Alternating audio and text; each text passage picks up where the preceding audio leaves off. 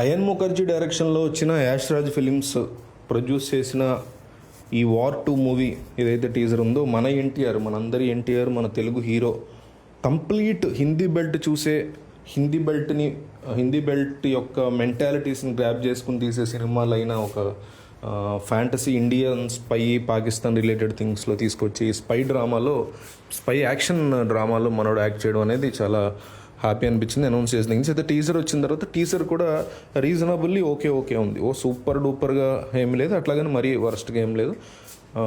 అయితే ఆ విఎఫ్ఎక్స్ ఖచ్చితంగా ఫెయిల్యూర్ అని చెప్పాలి. చాలా చోట్ల విఎఫ్ఎక్స్ మనకి ఎస్పెషల్లీ లాస్ట్ షార్ట్స్లో అంతా బ్యాక్గ్రౌండ్ ఐసేజ్ అంతా చూసినప్పుడు ఆదిపురుష్ అలాంటివి దేవరా కూడా పెద్ద ఏముండవు, విఎఫ్ఎక్స్ చాలా వీక్ ఉంటాయి. అట్లాగా వీక్ విఎఫ్ఎక్స్ వల్ల అండ్ ట్రైలర్ కట్ కూడా అంత గొప్పగా అనిపించలేదు. ఎంతసేపు యాక్షన్ సీక్వెన్స్లు చూపించడం తప్ప ఒక స్ట్రాంగ్ డైలాగ్ కానీ స్టార్టింగ్లో తప్ప హితిక్ రోషన్ నుంచి ఒక డైలాగ్ కూడా లేకపోవడం. సరే ఎన్టీఆర్ బర్త్డే సందర్భంగా వదిలే టీజర్ కరెక్టే, కానీ సరైన డైలాగ్స్ ఏంటి హితిక్ రోషన్కి లేకపోవడం ఇట్లా కాస్త డిసప్పాయింటింగ్ అనిపించింది. జూనియర్ ఎన్టీఆర్ చాలా పర్ఫెక్ట్గా ఉన్నాడు ఆ క్యారెక్టర్లో, హితిక్ రోషన్ చాలా బాగున్నాడు. ఆబ్వియస్లీ మన ఎన్టీఆర్ టాలెంట్ తెలిసింది, డబ్బింగ్ చాలా ఎక్సలెంట్గా చెప్పాడు.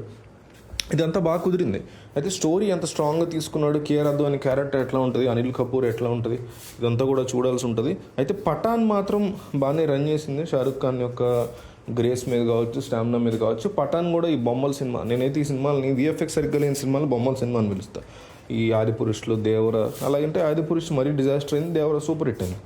సో కథ అనేది అల్టిమేట్గా వర్క్ అవ్వాలి. దేవరాకి నాకు తెలిసినంతవరకు మ్యూజిక్ చాలా పెద్ద యాసెట్ అయింది, అందువల్ల మూవీ హిట్ అయింది. సో అట్లాగే ఇది కూడా ఇద్దరు సూపర్ స్టార్స్ ఉన్నారు కాబట్టి హృతిక్ అండ్ ఎన్టీఆర్ కమర్షియల్గా వర్కౌట్ అవుతుందని అనుకుంటున్నా. కానీ నాకు బిగ్గెస్ట్ డిసప్పాయింట్మెంట్ ఏంటంటే ట్రైలర్ కట్ బాగాలేదు.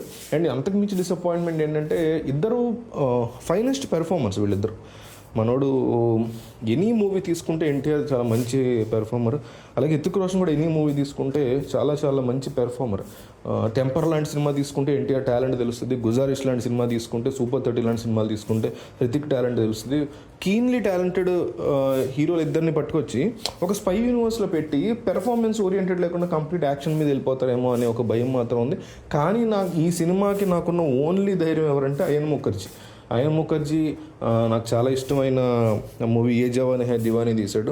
నాకు చాలా ఇష్టమైన వేకప్స్ ఇది కూడా తీశాడు. వాటిలో ఎమోషన్స్ చాలా బాగా క్యారీ చేశాడు ఏ జవాన్ హై దివాన్. కానీ ఇది ఒక కంప్లీట్లీ డిఫరెంట్ సబ్జెక్ట్ మనోడికి. సో దాన్ని మరి అంత గొప్పగా డీల్ చేస్తాడా లేదా అనే ఒక డౌట్ కూడా ఉంది. ఎందుకంటే బ్రహ్మాస్త్ర తీశాడు, బ్రహ్మాస్త్ర నాకు పెద్దగా అనిపించలేదు. బ్రహ్మాస్త్ర కూడా ఒక బొమ్మల సినిమా, ఇందాక ఎగ్జాంపుల్స్లో మర్చిపోయా. ఆ కైండ్ ఆఫ్ పూర్ విఎఫ్ఎక్స్ ఉన్నవన్నీ కూడా బొమ్మల సినిమాలాగా అనిపిస్తూ ఉంటాయి. అంటే అంత బడ్జెట్ పెట్టారు కాబట్టి. ఇప్పుడు బింబిసారా ఉంది, తక్కువ బడ్జెట్, దాంట్లో కాస్త అటు ఇటుగా అనిపించినా ఓకే బాగానే ఉంది కదా అనిపిస్తుంది. మొన్న విశ్వంబర్ టీజర్ వచ్చింది, అది కూడా బొమ్మల సినిమాలు అనిపించింది. అంత ఖర్చు పెట్టి అంత పెద్ద హీరోని పెట్టుకుని అంత బడ్జెట్ ఉన్నా కూడా పూర్ విఎఫ్ఎక్స్ పెట్టడం అనేది ఒక బొమ్మల సినిమా కైండ్ ఆఫ్ థింగ్ అట్లా అనిపించింది ఈ టీజర్. ట్రైన్ మీద దూకేయడం ఇవన్నీ కూడా బాగా రొటీన్గా అలవాటు పడిపోయారు జనాలు, ఇంకా ఈయన చూస్తున్నారా అనే క్వశ్చన్ ఉంది. బట్ స్టిల్ మనకున్న బిగ్గెస్ట్ యాసెట్ ఎన్టీఆర్ కానీ హితిక్ రోషన్ లాంటి సూపర్ స్టార్స్ ఉన్నారు కాబట్టి నడిచేస్తుంది బొమ్మ. కాకపోతే ఏంటంటే ఫైనెస్ట్ పెర్ఫార్మర్స్ ఇద్దరు ఒక మూవీలో యాక్ట్ చేయడానికి ఒప్పుకున్న తరుణంలో ఒక మంచి కథతో వెళ్ళుంటే వీళ్ళిద్దరూ అదేదో బాగుండేది, ఒక స్పై డ్రామా కంటే, స్పై యాక్షన్ జోనర్ కంటే అని నాకు అనిపించింది. ఎనీవే మూవీ అయితే కమర్షియల్గా వర్కౌట్ అయ్యేలాగా నాకు అనిపిస్తుంది. సో మీకేమనిపించింది ఏంటనేది కామెంట్ చేయండి.